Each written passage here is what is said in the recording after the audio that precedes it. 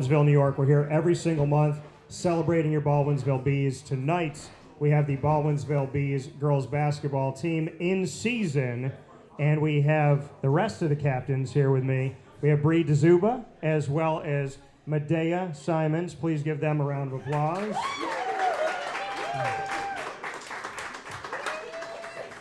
So, first and foremost, Madayia, how'd your fellow captains do?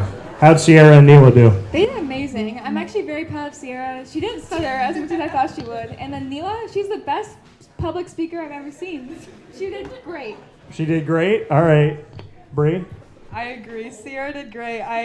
She kept her composure, a lot less laughing than I expected. And Neela's she's a great yapper. She's a great conversator.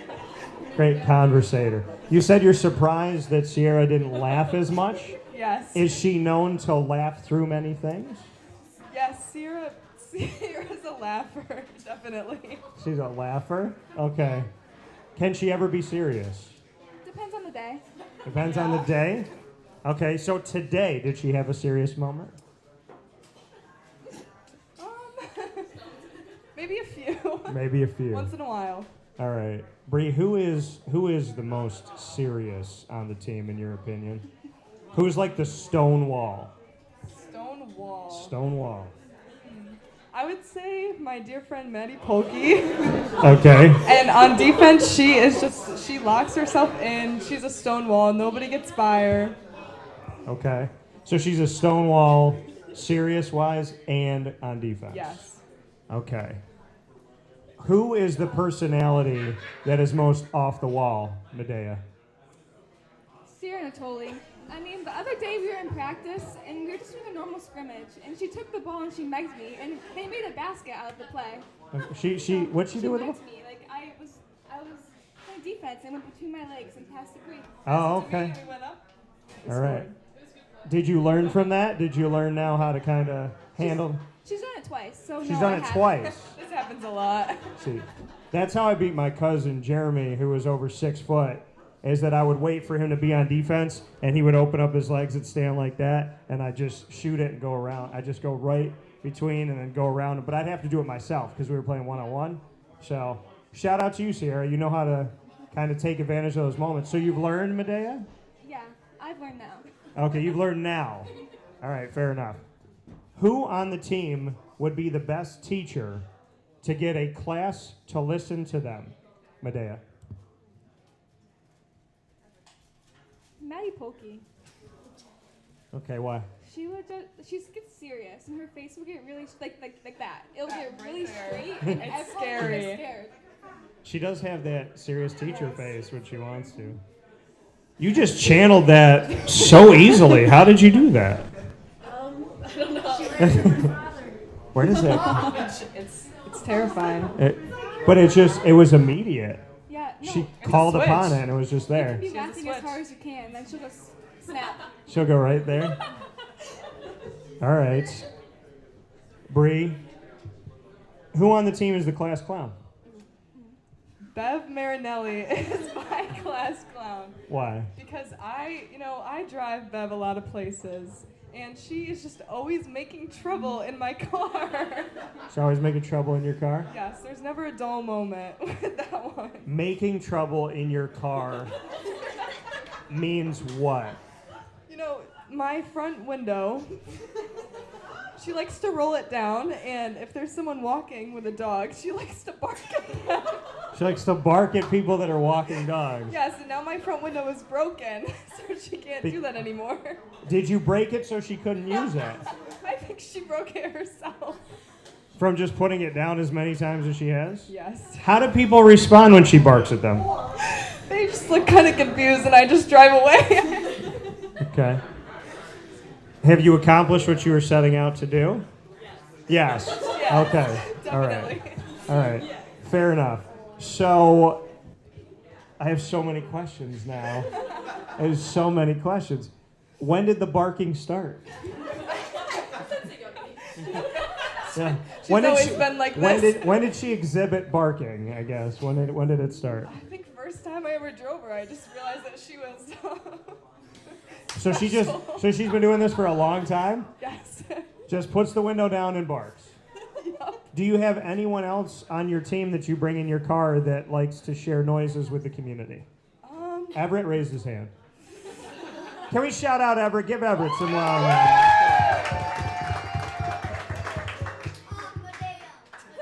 Madayia. Your sister? She makes animal noises?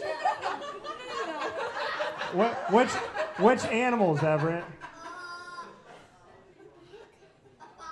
A fox?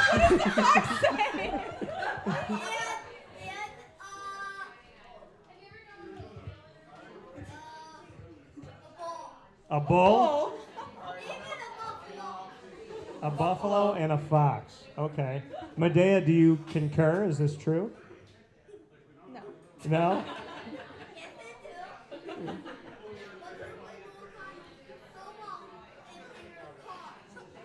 So a fox. Maybe a fox. Madayia, besides dog barking, who is the one on the team that is the loudest? Like, if you had to do a trick play, let's say there's 3 seconds left on the clock, there's an out-of-bounds play, and you need to get the other team to stop focusing, who would you trust to make some weird noises? Natalie Hollingshead. She would just say a random thing that popped in her head, and it just come right out. Okay, all right. Bree, is there a trick play that you guys have used before? Our biggest trick play is megging Madayia, I think. Me and Sierra, that's just, it's what we do. Okay, all right, fair enough. This season, we're in the midst of it. Bree, what have you taken away so far? I think this year we've just really all gotten so close together, and we all just love each other, and it's always so fun to be around each other. And I think we've really learned how to transition that onto the court and still be joking, still be laughing, but also get serious when we need to. There's a lot of teams that say that they love each other. Why is this real? I think part of the reason is we've all played together for a long time, and also being in Florida a week together definitely brought us a lot closer. I don't want to hear about Florida anymore. My bad. I was still mad about Florida. So let's go to Florida since y'all like to talk about Florida. So, and if you went to Disney, I already have a free pass, Coach, just so you know. Because we do a Disney show, so I have a pass to Disney every year. Well, I do have to pay for it, but I don't have to pay every time I go, which is nice. So, Bree, I'm gonna start with you on this one. Favorite Florida memory on the court, favorite Florida memory off the court. My favorite Florida memory on the court would be our last game down there, and halftime we were down by a lot, but we didn't let it affect us, and I think we came back the second half, and we ended up coming back and winning that game, and it was a whole team effort, and everyone just really putting 100% in to get the comeback. And my favorite memory off the court was probably the last day we were there. We didn't have a game, and our flight wasn't until later, so we all got to stay on the pool together, and we were all tanning and swimming, and it was just a great memory. To have that break, that relaxation, especially in December, to be able to tan in December. I think that's anybody in Central and Upstate New York would appreciate that. Madayia, same question. Best memory on and off the court in Florida. My best memory on the court would probably be right before we start the game, we have a talk with Coach, and Coach just gets us locked in and ready to play. Everyone's serious and ready to start. And then my favorite memory off the court, when we were at the parks, Sierra and Toy would just lead us everywhere. Coach would be like, Sierra, where are we off to next? And then Sierra just marched and we all follow. We were like her little ducklings. Okay, so have you always been like that? You're like, hey, I'm leading the way. I'm just going to start walking and they're going to follow me. Is that a you thing? I knew my way around the park. So. You knew your way around the park. But were you surprised when you took off that you turned around and all the ducks are kind of right behind you? They trusted me a lot. I didn't think that was going to happen. Did you ever lead them astray? Did you ever get lost in the park? No. Okay, not once. All right. Favorite ride, Madayia? The Mummy. The Mummy? Mm-hmm. All right. What was your favorite part of the Mummy? Was the line wasn't long, right? Because it's December, so a little bit. Was it long? It was She gave me a look. It must have been. I waited. It was like 3 hours, I think, when I waited. Oh, I thought No. Okay. We played heads up when we were in line. A lot of people play the heads up game. It helps time to pass. Who is the best at heads up, Madayia? Maddie Polkey. The best? Yeah. Who's the one that forgets, Bree? Who's the one that forgets what to do? Like either up or down? Who's the one that always forgets, like I got it right, and then they don't know what to do? I think by the end, we all knew how to do that. And by the end, we were playing, some rides you can't take your phone in the line. So by the end, we were playing heads up without anything, just with our minds, acting random things out and guessing. So, did you like, so you had something in your head, Yes. and they were supposed to read your mind. Well, no. So Maddie would hold like a fake phone, and then me and Sierra would just randomly start acting something out together, and then she would say it, and once she guessed it, we said yes, and she flipped her fake phone. How well did y'all do?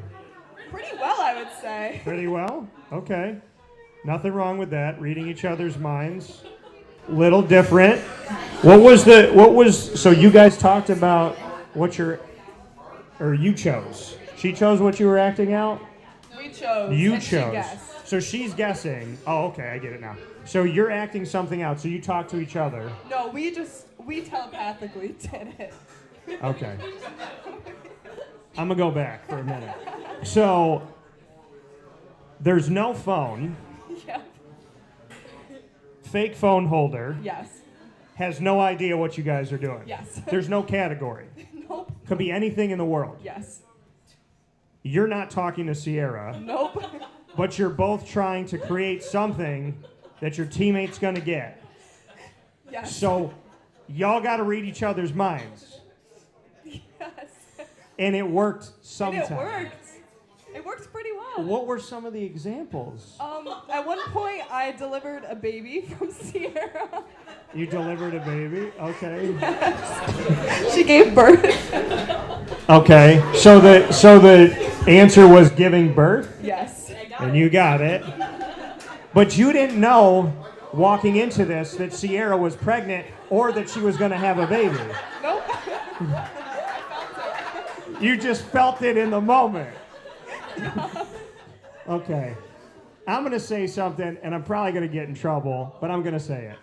As a man, they say that men and women struggle to communicate. Stepping into what you just told me proves to me that women understand each other. We know. And men, we still have no idea. We know nothing. Okay? Watch this. Watch. If there's a man in the room that can understand a woman, shout. Nothing. Everett. Everett. That's it. Everett knows what the fox says, and that's all that matters. So, wow. Now I feel like I need to play heads up with this team and try to understand. But before I do that, Sierra, congratulations on your baby. Wow. Well, you know what? I guess that shows you guys can communicate telepathically. Madayia, besides that, was there any moment that defied all laws of everything on this trip? When we went on the Mummy, Liv closed her eyes the whole ride. She didn't know we went through fire. She didn't know fire was like. She didn't know anything She happened. didn't know we went up. She didn't know we went backwards. Just closed. Once we started moving, she was holding on tight and her eyes were shut. Totally shut. Like you know when you go first in the ride and it's like they're showing you things? Her Yeah. eyes were closed. So she has no memory No. of the whole nothing? No. So you have no idea what happened. No, once we started moving, I closed my eyes. When you closed your eyes, did it feel like you were moving or did you not feel like you were moving? I felt the drops. You felt the drop. Yeah. That's it. Yeah. Did you know Sierra was pregnant? You didn't? Okay. So with that being said, let's jump into rapid fire. Madayia, you get to ask me the first question. If you went to Florida, if you went to Universal, what ride would you go on? If I was invited by you guys, what would I do? I would say the Velocicoaster is one that I really want to go on because I haven't had the opportunity to. I finally went on Transformers, which is in the Universal traditional side, and then there's Islands of Adventure. So I would want to go on. I went on one of the Harry Potter ones. I want to go on the other one with the dragon, which is in Universal. And you walk toward. That's crazy too. Like I had no idea where the Harry Potter land was, and I'm walking with my dad, and we go like into that brick area. We go around the corner, and everything is like leaning, and it's like tiny, but it's big, and there's a dragon. And then this guy came up to me, and he was like, "Hey man, do you know when the dragon spits fire?" I'm like, "Bro, I didn't even know how I got in here. I had my eyes closed the whole time." But no, I mean, it's really cool. So I mean, I would like to go on the rides I didn't get a chance to go on, but the Velocicoaster for sure, because there's really not a roller coaster I won't go on. So, except for Darien Lake, because some of those like are ready to crumble. Like they were gonna like probably implode about 35 years ago, but they're still here because they must know somebody that comes in. So when they have those people check the rides, they must like, I don't know, give them a couple $100 and be like, "This one's fine, don't worry about it." So probably the Velocicoaster. And now Darien Lake will never be a sponsor of the show. Sorry. All right, Madayia. Let's see, where do we go? If you were a ride. Like if you were a 3D ride, if you were a roller coaster, if you were a show, what ride would you choose to describe you and why? So if you could be any ride, thrill ride, a kid's ride, like simulator, what would you be? The Himalayas. The Himalayas? Mm-hmm. Do you know what those are? The spinny ones? Oh, okay, yeah, I know what you're saying. Why would you pick that one? Those are the ones at the fair? Yeah. The ones where you feel like I'm Those like are my favorite ones. you're cool with it, and then after a while you're like, that's enough. Yeah. I don't know why I would choose that. It's just the first one off my head. Okay, so you would pick those. All right, the Himalayas. God bless you for trying the rides at the fair, because you never know if they're safe. All right, Bree, I love you, New York State Fair, very much. Bree, what's your question? Okay, if you were given $50,000 right now, but you have to spend it in the next hour, and you can't invest it or anything like that, you have to spend it, what are you buying? $50,000 right now? Yes. Oh man. That's a good question. I would probably go to the hospital and pay for somebody's surgery. So, Sweet. yeah. So, that's what I would do. I would give it to somebody that needs it. So, that's what I would do. I would help somebody pay for their childbirth. So, all right, Bree. If you had to choose one of these three activities to work at for the rest of your life, you can be the person that is like the professional skydiver that's on somebody's back, so every time they jump, you're with them. You could be that person. You can be someone who jumps into aquariums with sharks and helps to train the sharks and make them do tricks. Or you can live in Australia in a rainforest, and your responsibility is to find all the poisonous species and try to get them in bags so you could study them. Well, I'm going to say no to the rainforest because that's a whole nother area. Okay. Skydiving, I think people would have to have a lot of trust in me that I don't know if I have in myself when it comes to skydiving. Okay. So I'm going to say I am a shark trainer now. You're a shark trainer. Yes. Okay. Are you afraid of sharks? Well, if I saw... If you right now in this moment had to tell me there's a shark about to attack somebody, you have to teach them how to get away from a shark attack, what would you tell them to do? Well, punch them. You're supposed to punch them in the nose, I think. And then swim really fast. Punch him in the nose. By the way, and they tell you like it's easy. You're in the water, so it slows everything down. But Push through. Yeah, I don't know. Like I would say, like stick your finger in their eye or their nose or something like that. You know. There's that too. Play dead. You know, I don't know. They say to do that with bears, which I think bears made that rule up. Where they're like, if you see a bear in the wild, just stand there, and the bear will not know that you're alive. That's a big fat lie. Bears wrote that. All right, Madayia, what's your last question for me? If you could have any any job, what would it be and why? I work for myself, so this is a pretty awesome job. So my company just turned 11, which is insane because I feel like I just started it yesterday. But I would say there's a lot of things I want to do. I want to make a movie. I'm kind of working on a documentary right now. And I don't want to say kind of, we're in the beginning stages of it. So I would like to make a movie. I'd like to do more comedy stuff. And a lot of people don't know this about me, but it was my first passion way before sports. I would like to do a little bit of my music because I've made music. I've sang my whole life. I've created a lot of things. I've written a bunch of stuff. So I'd like to be able to work with somebody in a studio, you know.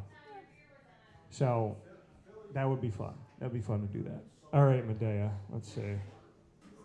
Madayia, let's stay with music. You have to produce an album. And you get to feature 3 people on 3 of your tracks. You're making the album. Who are the 3 people that you feature on your album? Everett. I would do Everett. Is it on the team or is it just anyone? Could be anybody. I'll do on the team. Okay. Sierra and Bree. Okay, Sierra and Bree. Why the 3 that you picked? Well, me and Sierra have pretty good music taste together, and then Bree would throw in her Taylor Swift, so it'd be a good mix. Okay. You're big on Taylor Swift. I'm big on Taylor Swift. Okay. This is not my question. What happens to you? She's wrote about it. Do you think she dates in order to write albums? You know, if she does, it's working, and if she doesn't, she's finding love. It's a win-win no matter what. Is she finding love though? I mean, Travis Kelce's a good-looking guy. Here's my thing with Kelsey though. Do you buy it though? Do you buy that they're actually together? Or do you think it's like a media thing? Well, personally, I hope that it's real. Okay. I think they're cute. And if Okay. it is a media thing, good for them. Good business decisions everywhere. Good business decisions. All right. Okay, Bree. What's your last question for me? Out of all the interviews you've done, what has been one that was just really influential and stuck with you? That was really good. That's a good question. Really influential that stuck with me. It would have to be. I mean, I've talking with him before, and he's passed on. So, my good friend up in heaven. I can't believe that I could say this, and he knows it, but Floyd Little and I became really good friends for the last 8 or so years that he was alive. And I mean, when I started my company, I was at a crossroads. I was being treated very poorly at the radio station I was at. I had just been lied to in kind of a contract thing, and I was lost. I was 26. I was really just having heavy emotion at the time, and I was like, what do I do? How am I gonna handle this? And I went to my mom, my dad, my mom's mom, G-Mama, call her. And I went to Floyd. And so when I went, that's funny because Floyd played for the Broncos, and that's kind of funny that came up. But I went to Floyd, and I don't think he knows how much of an influence he was on me starting my company. And I'll never forget what he said. And he used to get really loud, and then he would get really quiet. So he looked at me, and we weren't recording at the time, and I was in his office at Syracuse, and I was like, man, I was just lost. And he said, hey, you got it. He said, there's certain people, he said, when you see somebody, they got this aura. He said, not everybody's got it. He said, but you got that. You got that, you're going to be successful. He said, I see it. I see it in you. He's like, you're going to be all right. You're going to be successful. You're going to be good. I started my company right after that. So, probably have to say Floyd. Clap it up for Floyd. Floyd deserves some love. So, my question for you, Bree, that was an awesome question. Y'all have given me some good ones. So here we go, Bree.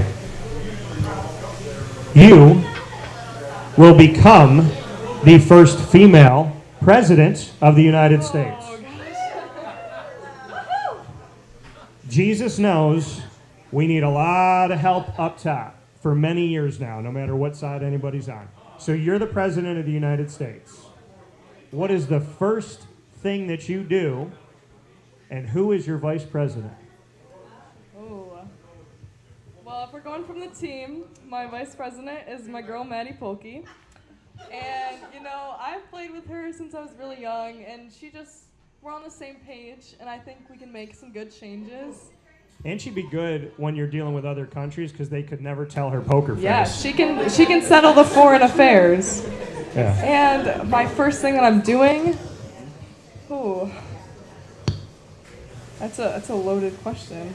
I'm giving a speech, and I'm just telling everybody that I love them and that we shouldn't be divided and that we should just spread more love. That's a good answer. It's a good answer. Because people are like, what are you going to talk about? Healthcare, gas, egg prices. No, love each other. Be nice. Stop barking at people. Beverly. But no, we all need a little more love, do we not? So with that being said, for Madayia, for Bree, for myself, Dan Tortora, we want to thank you for being with us on Wake Up Call. Pizza Man Pub every single month with the Baldwinsville Bees. The Bees are awesome. Girls basketball team, always a pleasure having you all here. Let's